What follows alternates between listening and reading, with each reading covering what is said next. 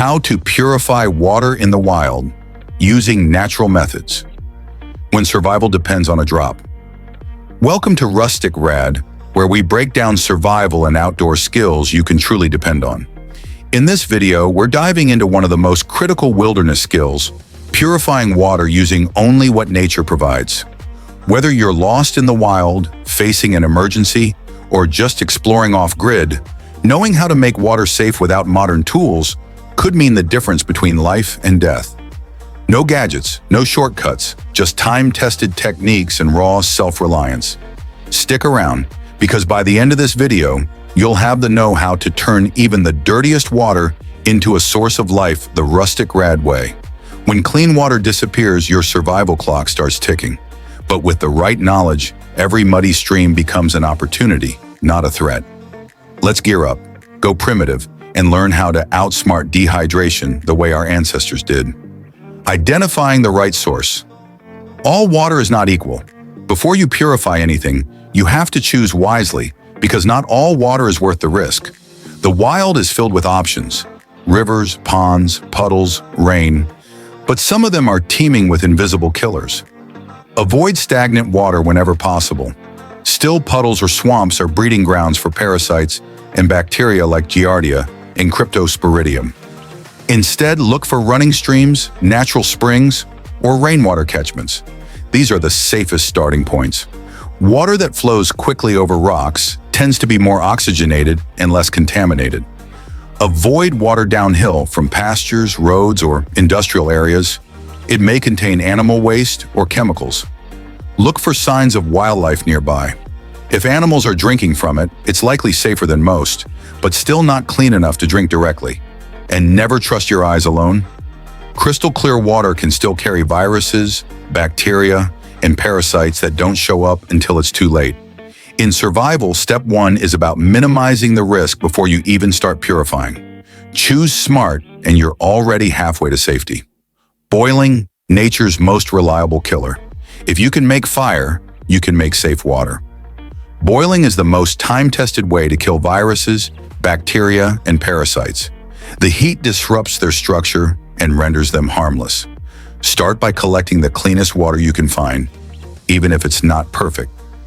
Mud, leaves, and insects can be filtered later, but pathogens must be killed. Pour your collected water into a metal container.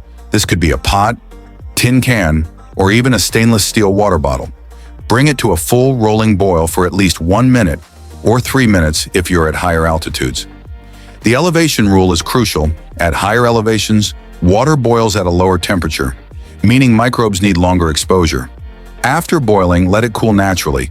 Do not add snow or river water to cool it. That decontaminates your work. To improve taste after boiling, you can aerate the water by pouring it back and forth between 2 containers. This helps restore oxygen lost during the boil and gives the water a fresher taste.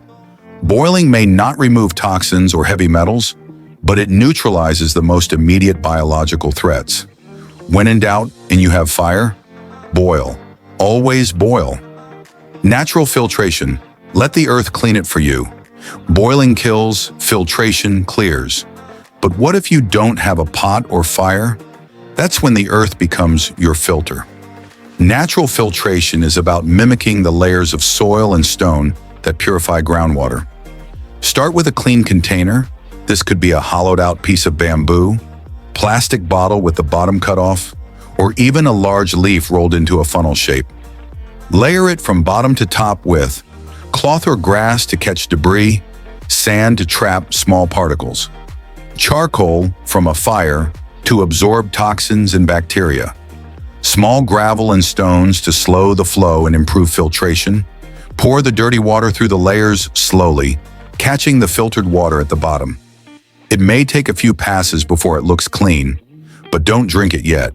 This method improves clarity, but won't kill pathogens. Pair it with boiling, sunlight, or chemical purification when possible. In a pinch, even the inside of a tree bark or clay pot can act as a rudimentary filter. Nature has given us everything we need.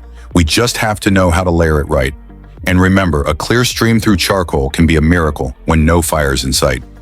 Sunlight and UV, the sky's secret sterilizer.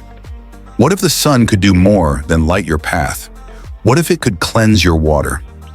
Solar purification is one of the most underrated survival techniques, and it works better than most people think.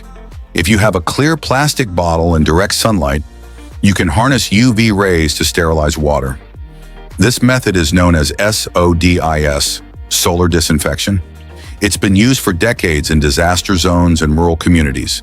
Fill a clear PET plastic bottle, not glass or tinted plastic, with filtered water and lay it in direct sunlight for 6 hours.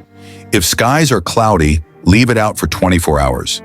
UVA rays penetrate the water and destroy bacteria and viruses. Shake the bottle before placing it down. This adds oxygen, which improves the killing power of UV rays. It's not perfect. It won't remove chemical pollutants or dirt. But for biologically contaminated water, it's a lifesaver. If you don't have a plastic bottle, a clear plastic bag can work too. And if you're lucky enough to find a magnifying lens or clear quartz, those can focus UV energy with even more intensity. The sky can be your greatest ally if you know how to ask for help. The ultimate backup: plants and earth tricks. When fire, sun, and gear are out of reach, your last resort is nature's oldest wisdom: plants. Certain plants have purifying properties and can help clarify water or reduce bacteria. One of the most powerful is the seed of the moringa tree. When crushed and stirred into water, moringa seeds bind to impurities and pull them to the bottom. Other options include banana peels to absorb heavy metals, cattails used for straining, and wild charcoal from burned wood. In extreme survival, dig a seep well, a shallow hole next to a water source. Let groundwater seep in naturally. It filters through the soil and removes some contaminants. The result is slower, but far cleaner than scooping from the main source. You can also collect condensation by creating a solar still. Dig a hole, place vegetation inside. Cover with plastic. Put a container in the center. Water condenses and drips in, giving you purified vapor. These methods won't give you gallons, but they might give you enough to survive. And in survival, a single sip can mean one more day to make it out alive. Stay sharp, stay alive. Water is life, but only if you can trust it. And in the wild, trust has to be earned with every drop. Now you know how to find it, filter it, and purify it without a single store-bought tool. This isn't just survival, it's ancient knowledge passed through time. Whether you're hiking, prepping, or caught in a disaster, this skill can save your life. So stay sharp, stay resourceful, and always stay one step ahead of the wild. Because in nature, the prepared don't just survive, they thrive.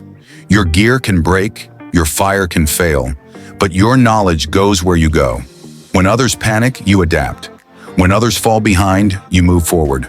This is the mindset of a true survivor, and it starts with mastering the basics. Thanks for watching. If this survival guide gave you an edge, don't forget to like, subscribe, and follow Rustic Rad for more no-nonsense bushcraft and real-world outdoor skills. Stay sharp, stay ready, and as always, stay rad.